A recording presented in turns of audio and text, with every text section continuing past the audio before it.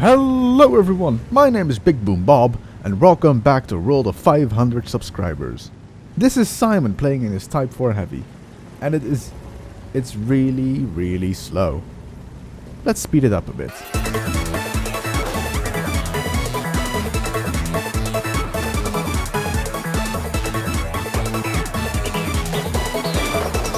Isn't that much better? I wish Type 4 Heavies were that fast, because 20 kilometers an hour along the flat? I'm surprised Simon even came in time for this battle. And he even made an oh-ho friend. And right off the bat, Simon has decided to fire his premium AP. I guess he just really wants to pen his enemies, and make sure his enemies can't pen him, because it's a Type 4 Heavy. I don't know if you noticed, but I've got a bit of a cold, so if I sound a bit nasally every now and then, it's because I have a stuffed nose. The man flu is everywhere. Hydra kids! Hydra husband! But on a more serious note, this channel has reached 500 subscribers.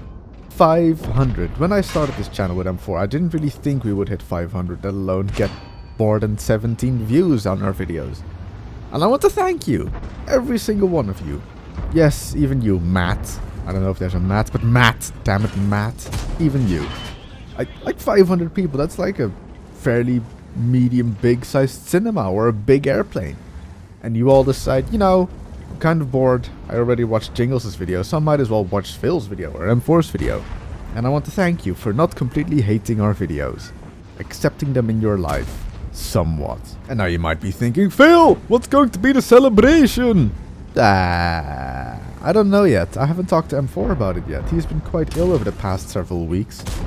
And to be honest, hitting 500 subscribers went a bit faster than expected. This has been a pretty good Easter weekend for me, hitting 500 subs, having nice food, be around friends and family. The Dutch football team is still really bad, but no one is really surprised about that anyway. But the best part of it all is that the first mod spotlight video went up, and that video got received pretty damn well, if I say so myself. I was really surprised with the amount of comments and likes and all that good stuff that came from that video. And a lot of people gave a few mod suggestions. Some trolls was like, review Warpack. No, I'm not going to review Warpack. That's bad. I don't want to promote bad illegal mods.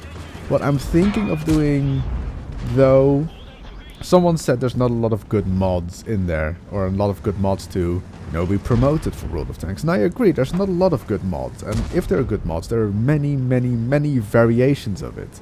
So what I'm thinking of doing is I want to maybe do some controversial mods. Like, for example, it is not illegal to have the enemies reload above their tank if they fire. But it's not accepted as much. It is seen as cheating, but it's not illegal. So I want to maybe do that, but I don't really want to do it. I don't know what I'll do with that yet. I'll see in the future. For example, more show you what you can expect from the enemy if you might think they might be using that mod. That's the kind of thing. I will not do the ping mod on the minimap.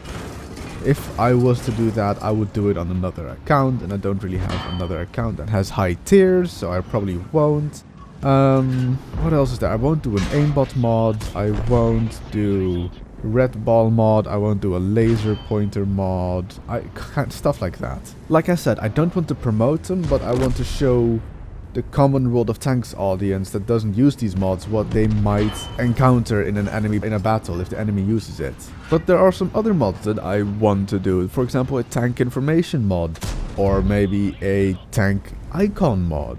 The tank information mod gives a little area of information about the tank you're aiming at. For example, a Cromwell B has this alpha damage, this penetration, this armor values, front, back, and sides, that kind of stuff. View range maybe. And that little mod has taught me a lot of information about enemy tanks, to be honest.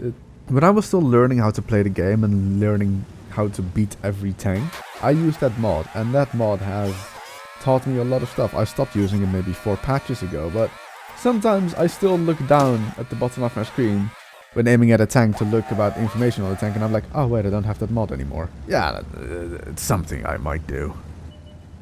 Alright, so this is interesting. I wanted to have a look who our very first subscriber was. But YouTube never ceases to disappoint, and our very first subscriber subscribed over 3 years ago.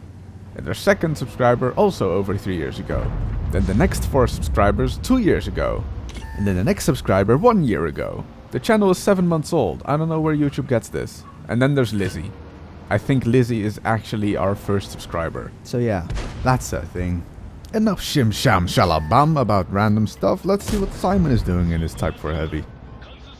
Absolutely brutalizing this T-54 Mod 1.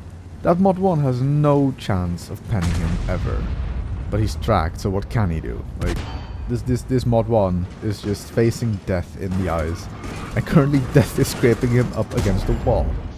Simon is basically playing with his food now, and Paul is going to kill artillery if he gets the chance and not get derped, because artillery is still artillery. Simon is actually just playing with his food here. The O is like, I want some damage as well. And Simon is like, no, Mod 1. I get blocking damage from you, and I just brutalize you to death. You know, if only Captain Healthio got 2 kills, it would have been a crucial contribution. But he sucked out.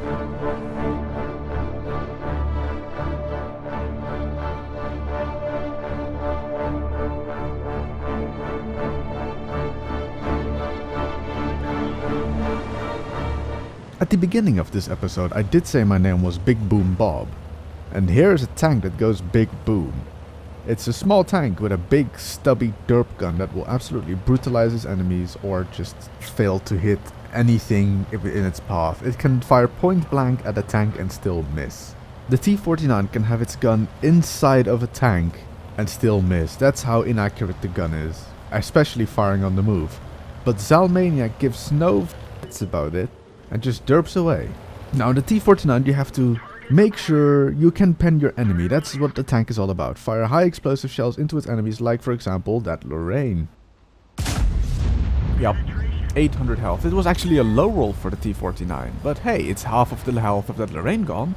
So I'd say that's a pretty good trade. And that Lorraine is exactly the type of target you want to shoot. Look at the Borsiks on the enemy team, maybe the 5100, the Lorraine. Pretty soft targets that you can pen easily. If you shoot them in the side, or the turret, or the front, or the back, anywhere. Or of course a light tank. The T-49 will lick its lips in anticipation of shooting a light tank in the butt. Oh hey, that's our Lorraine friend up there. Let's see how he's doing. Oh, he's dead. Oh well. Better luck next time, Mr. Lorraine. I hope you get the Batjet soon. You know, I only just recently got my T-49. And where I do really enjoy playing it, I always get really bad scores because I don't pen my shots. I don't make my shots count. And it's bad. And I don't know, 0.6 accuracy on the move. Everyone tells me, don't aim, just fire. But when I aim, I miss. And when I not aim, I miss. So RNG is like, no Phil, you do not have good game today. You don't have fun. Your platoon mates though. Best fun ever. So you just saw Zalmaniac pen an RU-251, which is exactly what I was talking about. Lightly armored tanks or a light tank. But this is going to be interesting. You have the butt of an M46 Patton. Who needs to aim? 1000 damage. We do this regularly. I never get this luck. I would miss that M48 Patton, hit the ground next to him, and maybe track him if I'm lucky. Like that's... If you play the T-49 and you get these games, be happy, because I don't get them. I never get them. World of Tanks hates me. Why am I still playing this game? What is my life? Oh look, the butt of a 5100. That's a low roll again. Then again, you know, you just got 1000 damage on the M46 Patton, so RNG is like, nah man, you had your fun. I've only 860 damage, what is life? And from this point on, it's... the RNG sort of runs out. I mean, you have the side of a T62A here. And if he pens this, okay, good. Because if he had penned that, I would have quit this replay right here, right now, and stopped this YouTube channel. Because that would be unfair. Anyway, 4.3k damage to the T-49, that's not bad. Tier 10 game. And now it's artillery.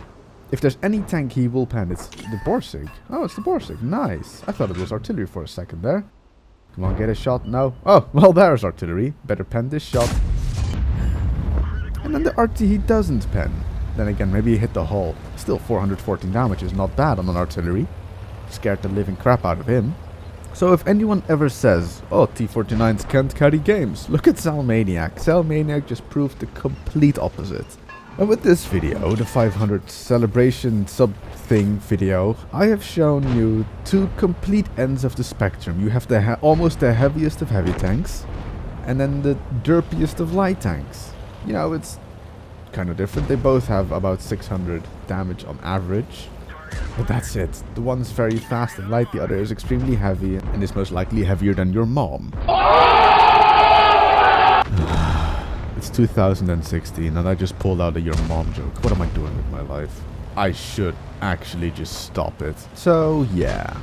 We will do an announcement, I guess, about what we'll do for 500 sub celebration. Until then, enjoy this last shot by Zhao.